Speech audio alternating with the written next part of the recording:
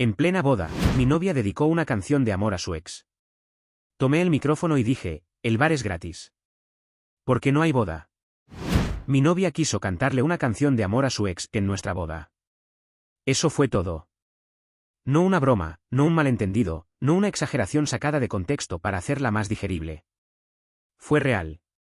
Lo dijo. Lo hizo. Y yo, en lugar de fingir una sonrisa y tragármelo como había hecho tantas veces, caminé hacia el micrófono. Lo tomé con mano firme, levanté la vista hacia esa multitud perfectamente vestida y declaré. El bar es gratis, porque no hay boda. No me tembló la voz. Ni un ápice. Esa frase, simple y brutal, llevaba el peso de todo lo que había callado durante meses.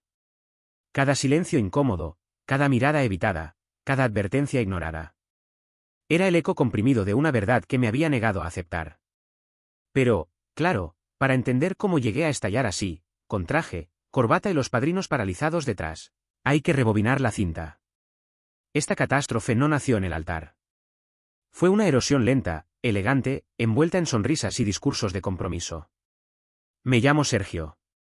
Tengo 32 años. Ingeniero civil. Hasta hace poco, prometido de Carla. ¿Y Carla? Carla era el tipo de mujer que no necesita presentación. Bastaba verla entrar a una sala para que todos giraran la cabeza, alta, magnética, con una sonrisa tan radiante que convertía cualquier espacio en un escenario. No era solo bella. Era de esas personas que parecen haber nacido para liderar, para inspirar, para brillar. Nos conocimos en la universidad, pero no nos reencontramos hasta varios años después, cuando la vida ya nos había moldeado en profesionales seguros y ambiciosos. Yo diseñaba puentes, túneles, autopistas. Ella creaba edificios tan audaces como hermosos.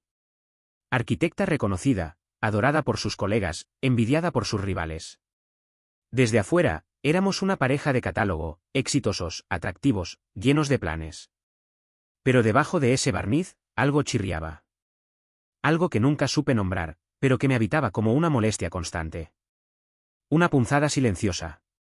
Tal vez fue Rubén. Rubén, el ex. El músico. El susurro persistente en nuestra historia. Ella lo mencionaba con naturalidad, casi con ternura. Fue una etapa bonita, decía, me enseñó muchas cosas. Nunca con culpa, nunca con nostalgia explícita, pero siempre con ese brillo en los ojos que uno guarda solo para lo que aún duele o aún importa. Yo me decía que eran celos. Que no debía caer en esa trampa. ¿Qué tan amenazante podía ser un cantautor frustrado que tocaba en bares a medio llenar y vivía de glorias pasadas? Pero entonces comenzaron los detalles. Las grietas. Como aquella cena con amigos en la que, sin venir al caso, mostró una foto de Rubén en un escenario diminuto. O esa vez en que puso su canción, la que le escribió a mí, en el estéreo del auto. Escucha esta letra, Sergio. Es perfecta, ¿no te parece? Perfecta. Una oda a un amor eterno, invencible, inalcanzable. Me limité a sentir. No dije nada. Pero sentí como algo se rompía. Seguí adelante. Porque la amaba, o creía hacerlo. Porque tenía la absurda esperanza de que todo eso era parte del pasado. Que yo era el presente, el futuro. Así que la pedí en matrimonio. Planeé esa noche durante meses. Un restaurante íntimo, el mismo de nuestra primera cita. Un anillo que me costó 3 meses de salario. Un discurso torpe, ensayado una y otra vez frente al espejo. Ella lloró. Dijo que sí. Y por un momento creí que todo estaba bien. Pero ahora pienso que lo que la conmovió no fui yo. Fue la idea. La foto. El vestido. La boda como evento. Como declaración estética. Porque cuando empezamos a organizarla, entendí que mi rol era el de asistente silencioso. Ella quería una ceremonia bohemia, elegante, casi cinematográfica, flores silvestres, cuerdas en vivo, luces cálidas, rincones con poesía escrita a mano. Todo tenía que transmitir esa imagen suya, la mujer segura, brillante, casi de ficción. Y yo, bueno, yo quería otra cosa. Quería un nosotros. Una vida compartida, no curada como una galería.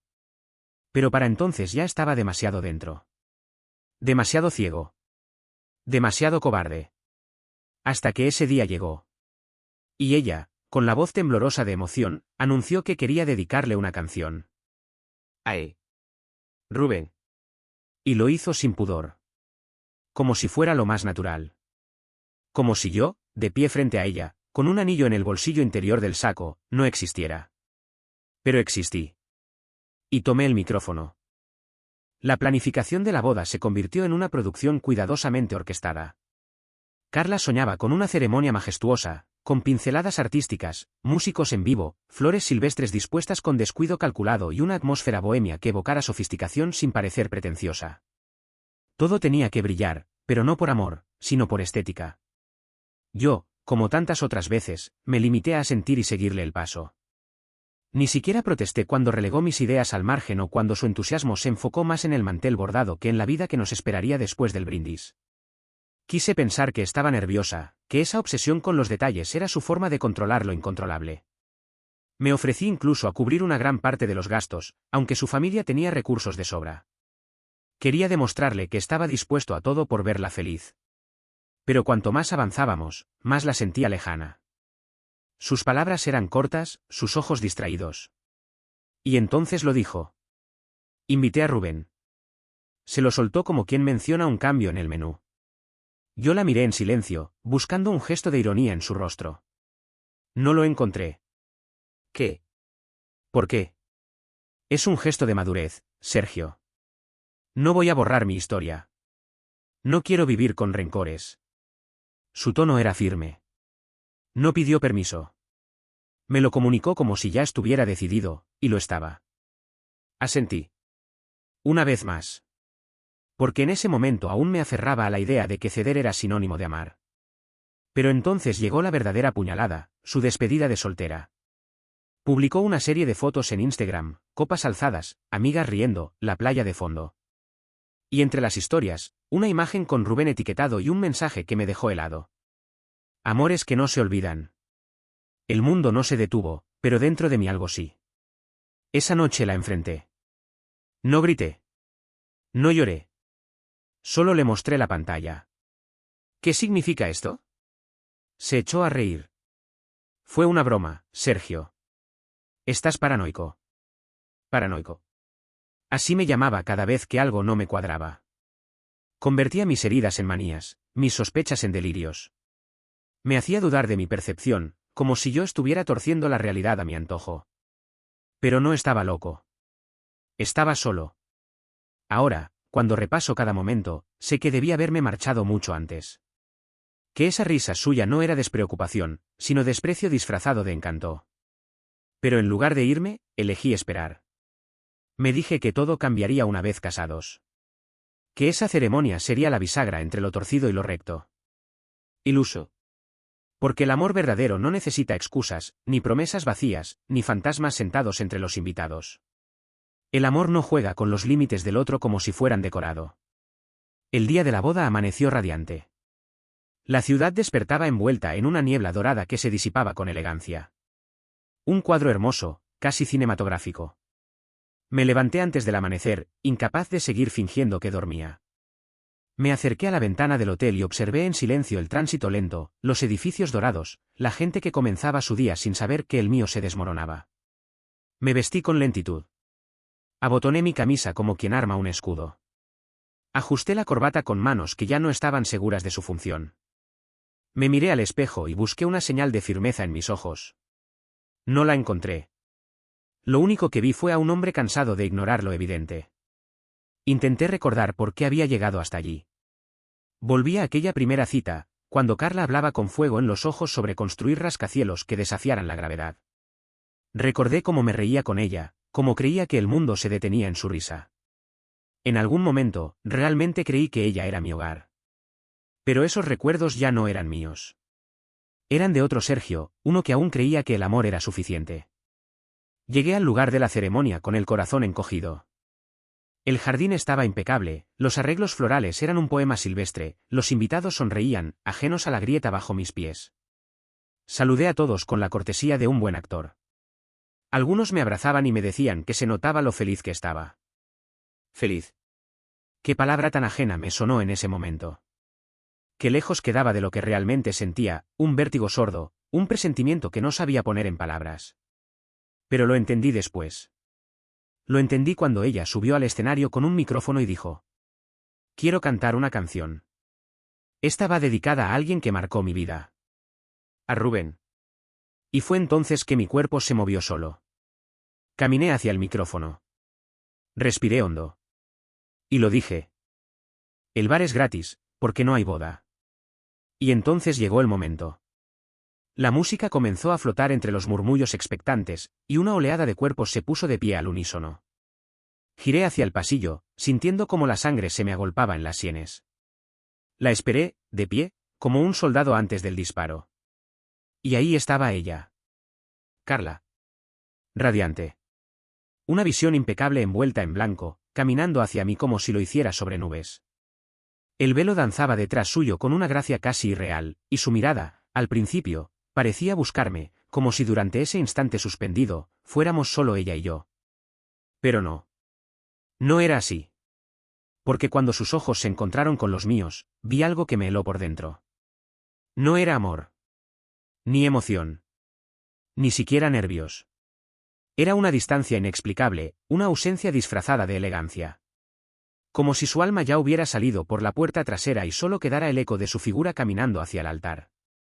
La ceremonia pasó como una niebla espesa. Votos pronunciados con voces medidas, anillos deslizándose en dedos que temblaban por dentro. Documentos firmados con tinta que parecía tener más peso que sentido. Aplausos. Lágrimas fingidas o reales, ¿qué más daba? Yo solo sentía que estaba interpretando una escena escrita por otros.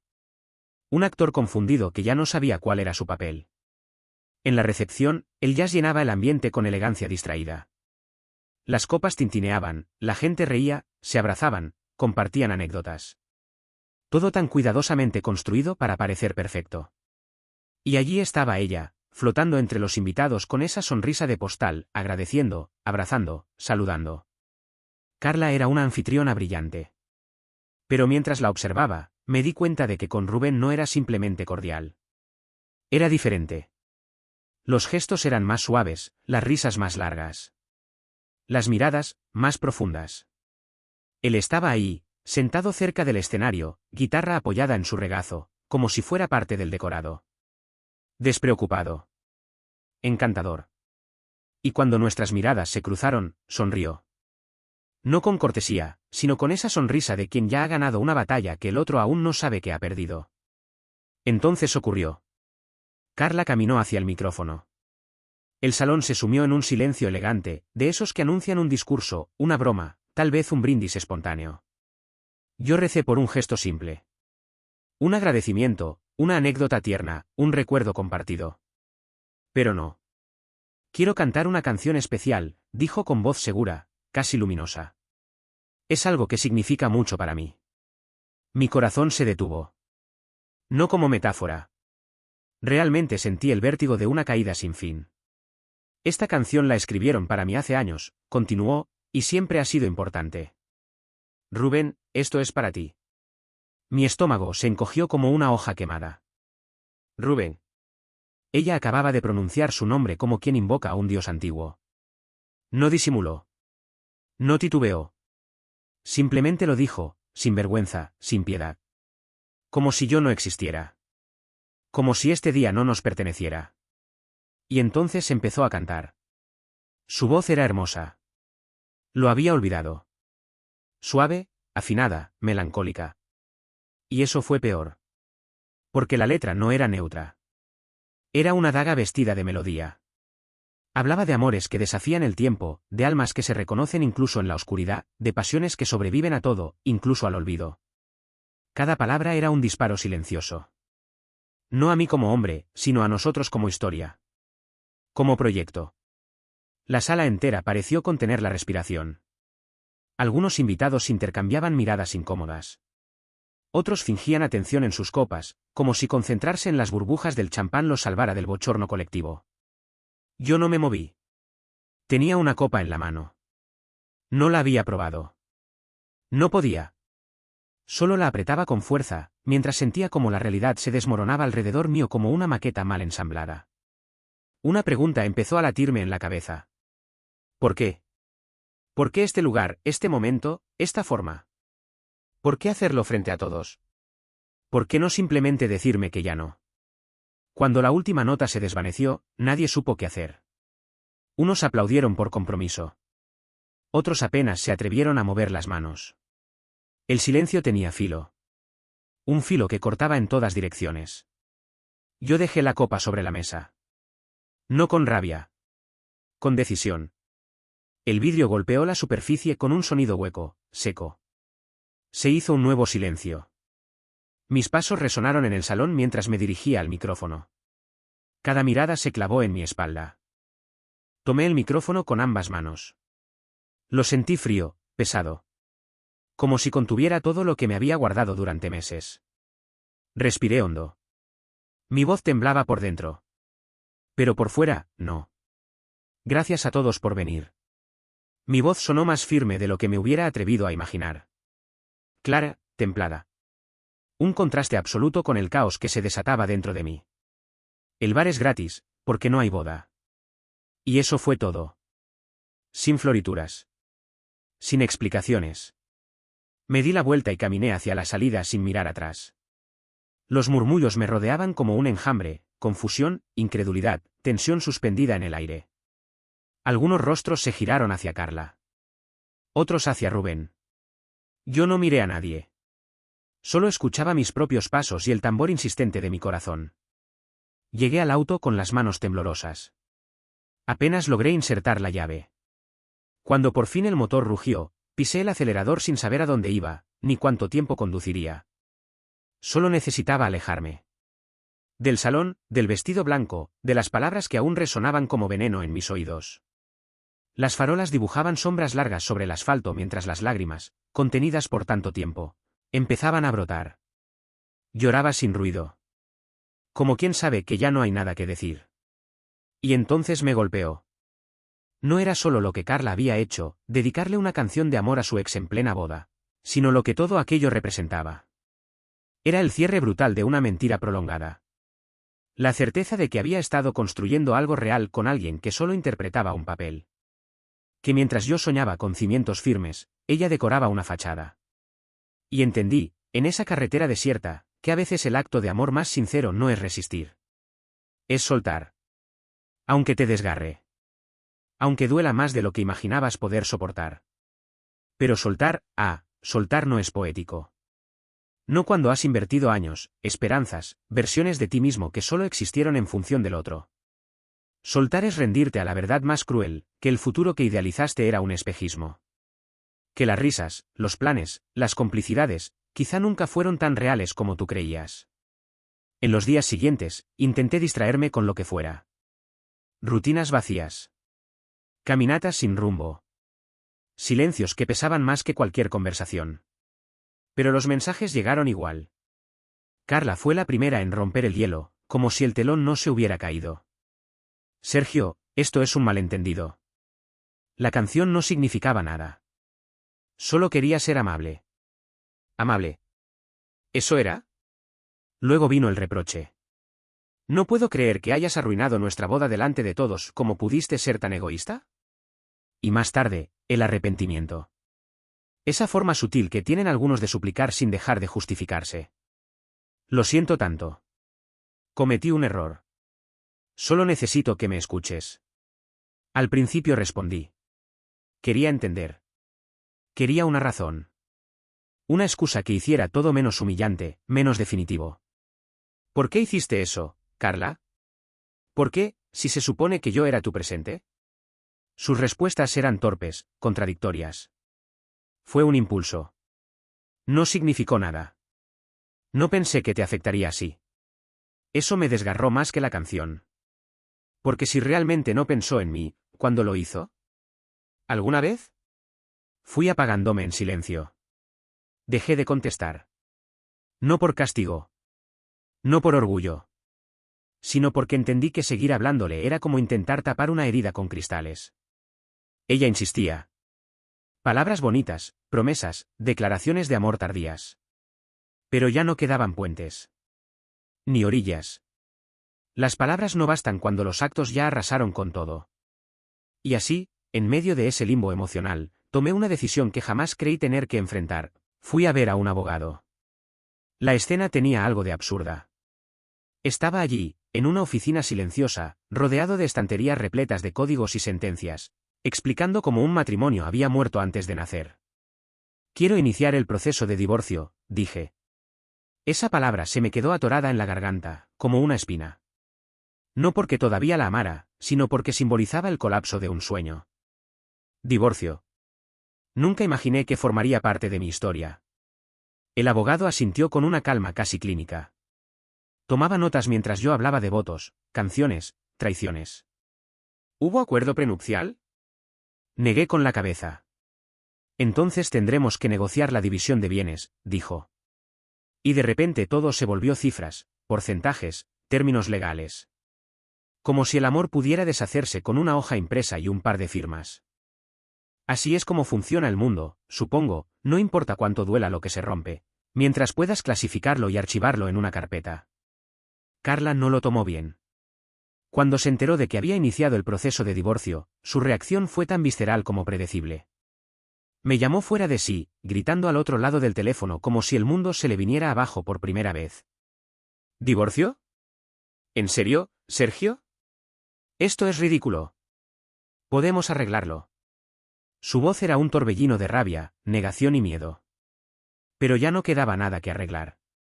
No para mí. No hay marcha atrás, Carla, respondí con calma, con un cansancio tan profundo que ya no admitía furia. Yo necesito seguir adelante, sin ti. Del otro lado hubo silencio. Largo. Incómodo. Un vacío que pesaba más que cualquier grito. Y entonces, como un suspiro derrotado. Está bien. Haz lo que quieras. Y así comenzó el desmantelamiento. El proceso de divorcio fue lento, engorroso, casi quirúrgico. Reuniones con abogados que hablaban con una neutralidad que rozaba la crueldad, montañas de documentos fríos, decisiones triviales que de pronto se volvían importantes. Vendimos la casa. Separación de cuentas. División de muebles.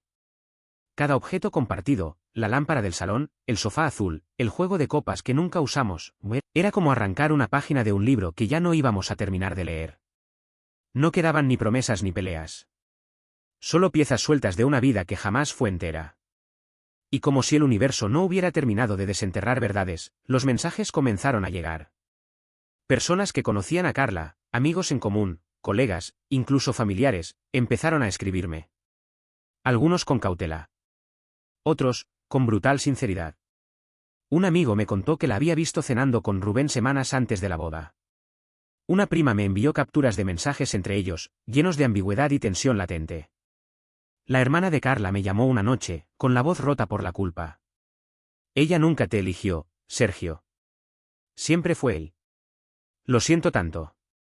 Curiosamente, no sentí el derrumbe que habría esperado. No hubo rabia, ni escándalo, ni ese nudo de traición que había temido. Lo que sentí fue alivio. Por fin lo entendía, no era que yo no hubiera sido suficiente. Es que ella jamás tuvo la intención de construir algo real. Nunca quiso entregarse del todo. Su corazón no estaba dividido, estaba en otro sitio desde el principio. Y esa verdad, aunque dura, me liberó. Meses después llegó el momento final. La firma. Nos encontramos en la oficina del abogado. Cada uno acompañado por su respectivo representante. Carla se veía distinta, sin maquillaje, el rostro apagado, una coleta tirante que parecía sostenerle los últimos restos de compostura. Nos saludamos con un leve gesto. Sin palabras. Sin contacto visual. Firmamos. El trazo de mi firma sobre el papel fue preciso, definitivo. Ella apenas esperó a que la tinta secara. Se levantó y salió, sin mirar atrás. Yo permanecí sentado unos minutos más, contemplando el documento frente a mí. No era una sentencia. Era una liberación. Me fui sin pesar. Después de eso, necesité aire. Tiempo. Silencio. Me refugié en la casa de un amigo frente al mar. Allí, con el rumor de las olas y el viento salado en la piel, comencé a deshacerme de lo que ya no me pertenecía. Caminaba durante horas por la playa, viendo cómo la marea borraba huellas que parecían eternas. Lloraba cuando hacía falta. Me permití la fragilidad que durante tanto tiempo había reprimido. Y entonces, poco a poco, llegó la sanación. Comprendí que lo que más me dolía no era perder a Carla. Era haberme perdido a mí mismo en el intento de retener algo que nunca fue real. Había ignorado señales, enterrado intuiciones, cedido espacio tras espacio hasta quedar sin suelo. Todo por miedo. A estar solo. A no ser elegido. A no ser suficiente. Pero ahora, estaba aprendiendo a elegirme a mí. Al regresar a la ciudad, comencé de nuevo. Lancé un proyecto laboral ambicioso, uno que había postergado durante años. Me sumergí en él con una energía renovada, como si al reconstruir mi carrera también estuviera reconstruyéndome a mí mismo. Viajé. Conocí otras ciudades, otras voces, otras vidas. Conocí personas que me recordaron que aún hay belleza en lo impredecible. Algunas se volvieron amigas cercanas. Otras, historias breves y luminosas. Y, por primera vez en mucho tiempo, empecé a disfrutar de mi propia compañía. A sentirme completo sin depender de otra alma para validarme. Ya no necesitaba canciones que me nombraran. Ya no quería amores a medias. Solo quería paz. Y la estaba encontrando. Con el tiempo, la herida dejó de arder. La cicatriz seguía ahí, por supuesto, pero ya no dolía al menor roce. Se había convertido en una marca silenciosa, no un recordatorio del dolor, sino del coraje. De lo que uno es capaz cuando, al fin, decide enfrentarse a sí mismo. Lo que viví con Carla no fue solo una ruptura. Fue un despertar. Violento, sí, pero necesario. Me obligó a redefinirme, a descubrir los límites de mi dignidad y a reevaluar todo aquello que había llamado amor sin saber realmente lo que significaba.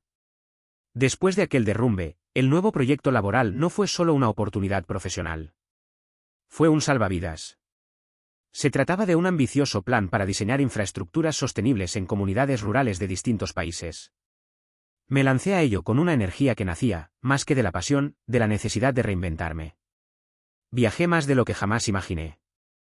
Desde aldeas suspendidas en los Andes hasta pueblos perdidos en la costa del sudeste asiático. Cada lugar me ofrecía una perspectiva distinta sobre la vida, el dolor, la esperanza. Y en cada rostro que encontraba, veía fragmentos de historias mucho más duras que la mía. Fue allí, en Perú, donde conocí a Alba. Ingeniera ambiental.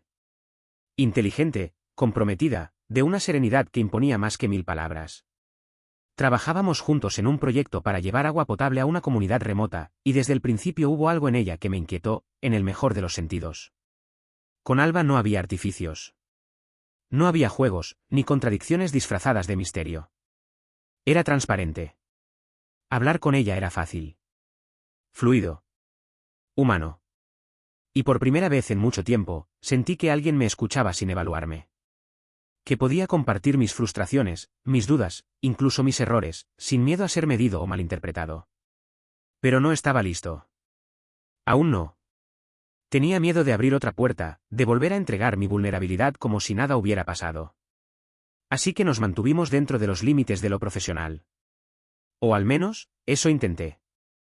Con los meses, Alba se convirtió en una presencia constante. Una amiga real.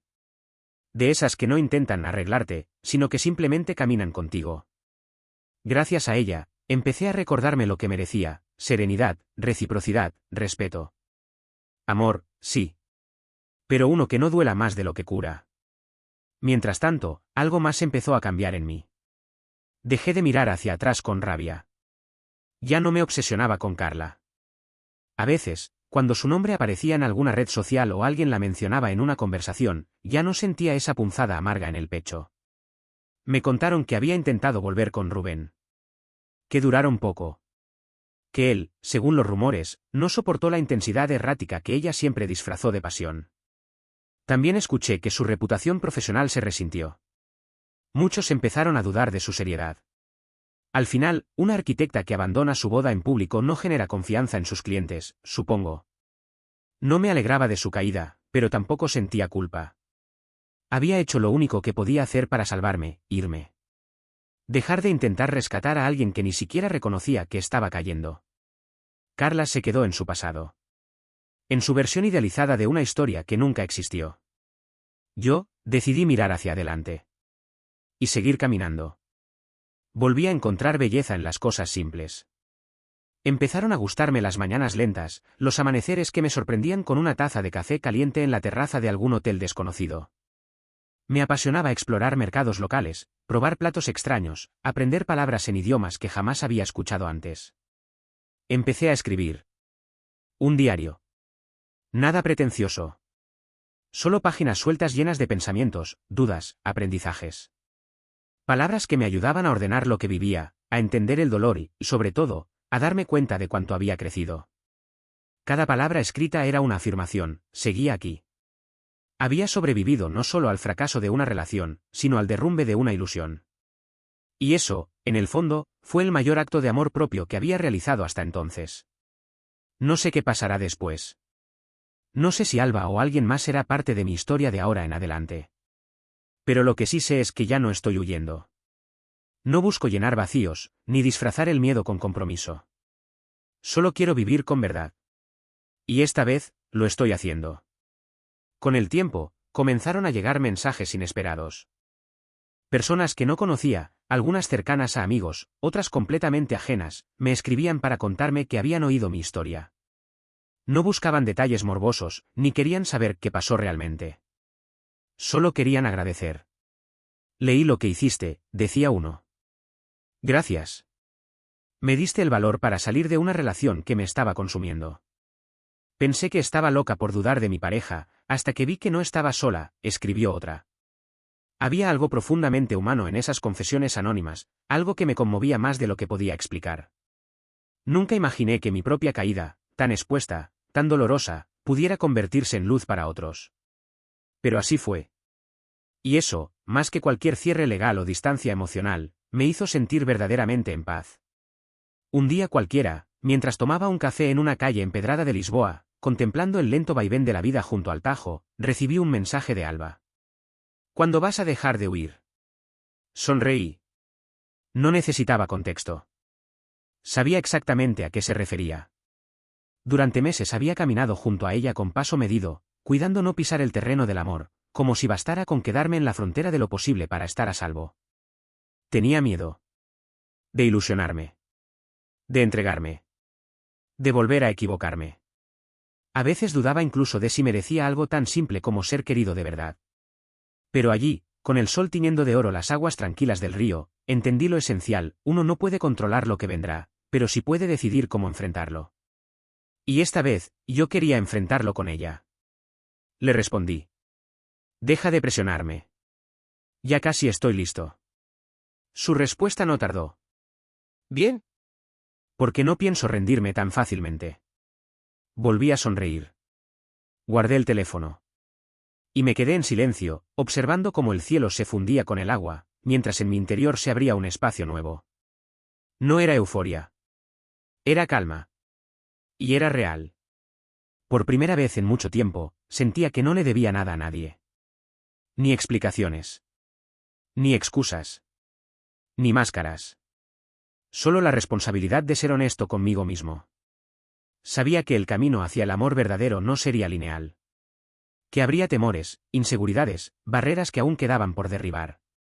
Pero también sabía que ahora tenía las herramientas. Ya no elegía desde la carencia, sino desde la conciencia. Ya no amaba para llenar vacíos, sino para compartir plenitud. Porque, al final, el amor más importante no es el que encuentras en alguien más. Es el que reconstruyes dentro de ti. Y cuando ese amor florece, no hay miedo que lo destruya, ni pérdida que lo apague. Aquella boda que nunca fue dejó su marca. Pero no como una tragedia. No como un lamento. Fue una grieta por la que finalmente entró la luz.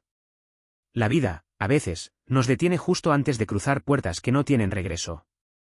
Y aunque duele, porque duele, también es un acto de gracia. Hoy, mirando hacia atrás, no siento vergüenza por haber tomado ese micrófono, por haber pronunciado esas palabras, por haberme marchado delante de todos. No fue una huida. Fue una elección. Una que me salvó. Porque a veces el mayor acto de amor no es quedarse. Es tener el valor de irse. Y a veces, la forma más profunda de valentía no está en olvidar lo que nos hicieron, sino en perdonarnos por lo que permitimos. Incluso eso, sobre todo eso.